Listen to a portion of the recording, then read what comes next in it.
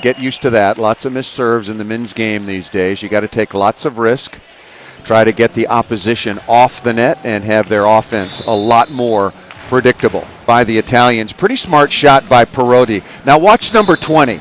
He should come to the outside because you could see Simone Perotti was hitting that ball up into the block and back towards the line, and he didn't read that situation at all. Sokolov's got to hit that ball. That was really a good set. Very, very hittable indeed, and Simone Perotti tapping that ball down. And it was ruled that the ball did graze the antenna. Here's another look. Yeah, there it is. So now you see one of the reasons why I am such a fan of the challenge system. Just a slight graze, but the slightest little graze is a violation, and there it was.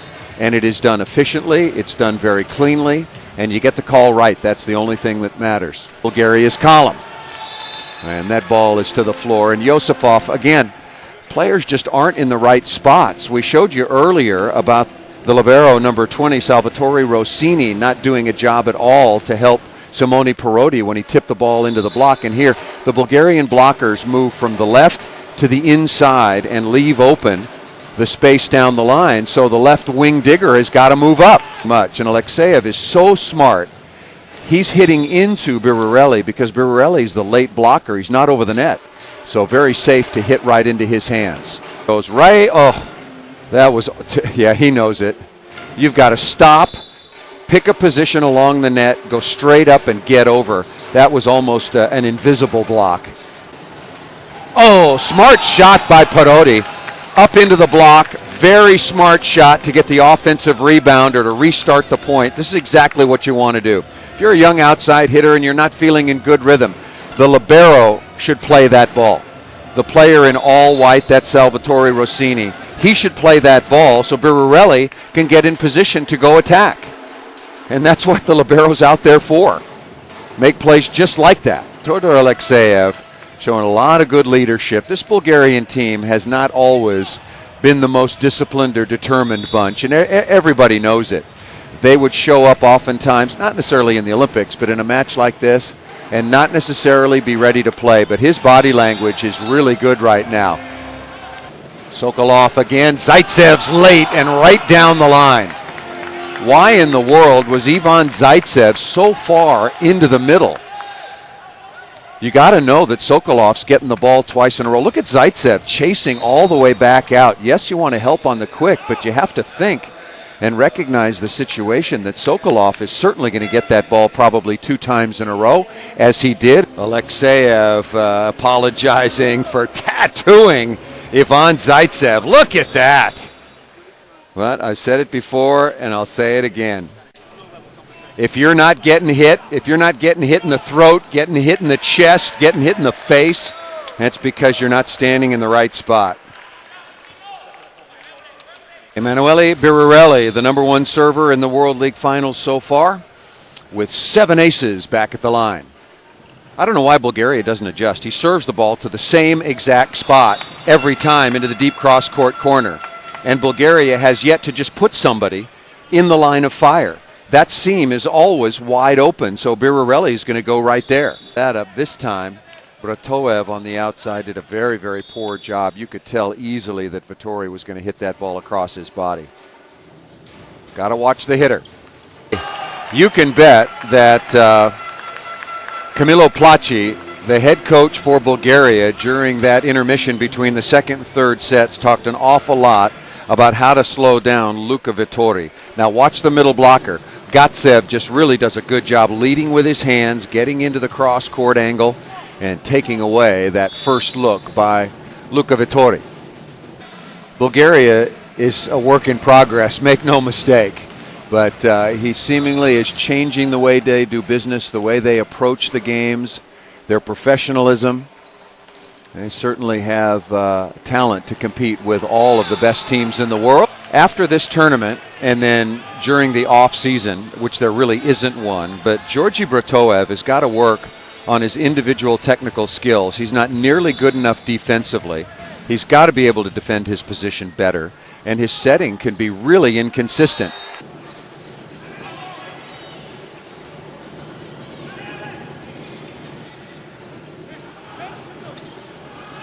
See, those are two bad sets by Georgi Bratoev. One was way too close to the net, and the next was just plain too close, and a chance for Bulgaria to score. You cannot miss that. I mean, this is the big time. That ball's set too tight. The rhythm's not there. You can't miss that. Reminded Raul Lozano, after a very, very positive stint in Poland, also went on to coach Germany to some very good results. Now he's a farmer. He's got a big farm outside of Buenos Aires, but he would like to get back into coaching. He asked me if I wanted to be his agent, and I said no. That the challenge system is working so well that they have confidence in it. So they'll just rely upon that, and the coaches will as well. Camillo Placci would like to rely on his defense a little bit more. Surprised that that ball fell. Sokolov continues to be the picture of inconsistency from the service line. When he gets it right, it's a huge weapon. Problem is he's only getting it right about 10% of the time. Third. That ball set way off the net. That's really kind of a tough luck situation for Sokolov. Very bad set. Very poor location by Bratoev, and Sokolov did the right thing. Hit the ball softly into the block, but Birarelli was just too good with his handwork. And then shoved out of bounds by Alexeyev. He is so smart, never panics. He knows exactly what to do in every situation. Those are the things you learn with years and years and years of experience. Alexeyev, now 30. He told me when we had a nice long visit when the Bulgarian team was in the United States that he thinks he can play at a high level for 5 more years. It's also mentioned in that timeout. What is Bulgaria doing? How do you give that away? There is just no excuse for that sloppy a play. You know, your team had some moments, Todor, and again, the frustration to the semifinals and then losing the final match once again. But your overall impressions of this Bulgarian team, a lot of familiar faces throughout the course of the season and then on here to the finals. Yes, it's another fourth place. Maybe we're destined to be fourth, I don't know. It's something like that. We play good, we lose. So we have to work harder than that to get some medals because it's frustrating already. Do you feel like you're making progress though? Yeah. Because second year in a row, we are the fourth best team in the world, so that's a good accomplishment. What about going forward from here as far as the European Championships? You got to get well. I know you got a calf muscle. Something happened to the calf muscle, I don't know, during the game though. So we're going to get it checked, look at it, and we're going to have a break 2 weeks, so right. I'll be okay, I think. You had another outstanding tournament, and if you were going to talk to some young players who play your position, you seem to have such good vision.